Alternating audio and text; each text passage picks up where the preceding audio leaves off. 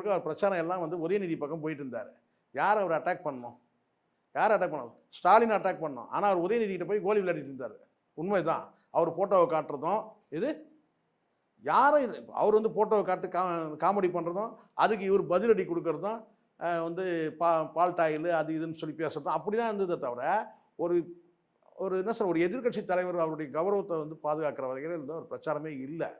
சரி, அதை தாண்டி இந்த இடத்துல வந்து விஜய் வந்து பார்த்தீங்கன்னா அவருடைய பொசிஷனை வந்து கேட்ச் பண்ணுறாரு.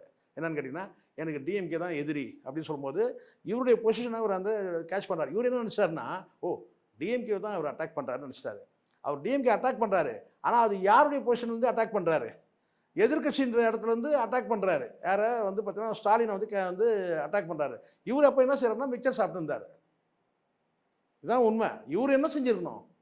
அந்த பொசிஷன் இவர் என்ன நினைக்கிறாருன்னா, ஸ்டாலினை வந்து இவர் அட்டாக் பண்ணுறாருங்க, நமக்கு ஒன்றும் பிரச்சனை. இவர் பண்ண வேண்டியதா அவர் பண்ணுறாரு. யார்? விஜய் பண்ணுறாரு.